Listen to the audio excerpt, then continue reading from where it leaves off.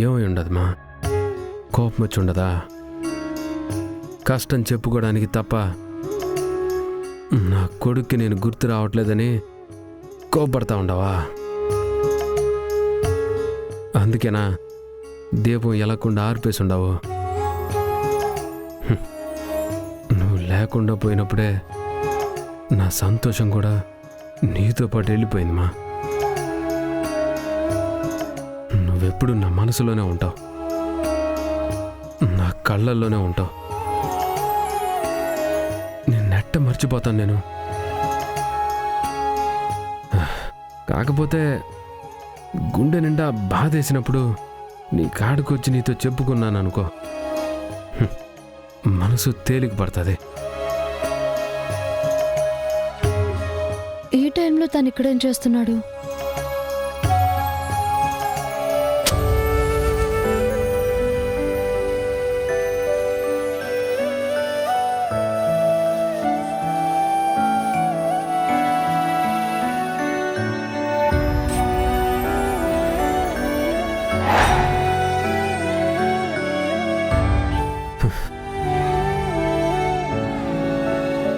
ఏందమ్మా, అంత బాగానే ఉండదనిపిస్తుంది,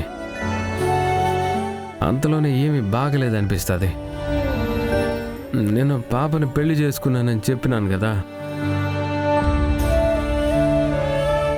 ఆ పాపకి నేను యా తప్పు చేయలేదని అర్థమైపోయి ఉండదమ్మా. కాకపోతే లోపలాడో చిన్న కోపం ఉండదులే, అది కాదు. కానీ మీ ఆయన ఇదిగో ఆయన ఏమన్నా అంటే మాత్రం నీకు కోపం వచ్చేస్తుంది. అదే పులే నన్ను అర్థం చేసుకున్నాడు, నాతో ప్రేమగా ఉంటాడని ఆశపడినప్పుడల్లా నా మీద కోపపడతానే ఉంటాడు. మా ఎవరో ఏదో చెప్పేసినారని ఆడ ఏం జరిగినది, ఎందుకు పోయినాడు ఏం ఆలోచించకుండా నా చేతుల పని లాగేసుకున్నాడు. మా పని పాట లేకుండా తిరుగుతూ ఉన్నాం అన్నాడు. సరే ఏదో ఒక పని చేద్దామని పని చేస్తూ ఉంటే ఆ పని కూడా తీసేసి వాళ్ళ చేతిలోనే పెట్టేసినాడు. ఏంది మా ఆయన నన్ను అర్థం చేసుకోడా? ఈ జన్మంతా ఇంతేనా? నాతో ఎవరు ఎట్ట ఉన్నా నాకేం గొప్పగా అనిపించదు. ఆయన అంత ప్రేమగా చూస్తే చాలు,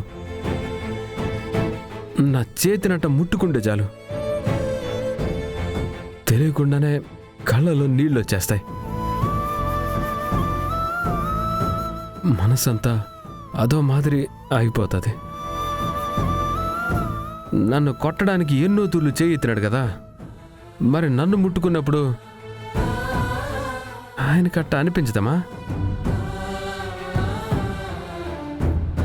ఇంతకుముందు ఎప్పుడన్నా అట్ట తిడతా అంటే బాధేసేది కాదుమా.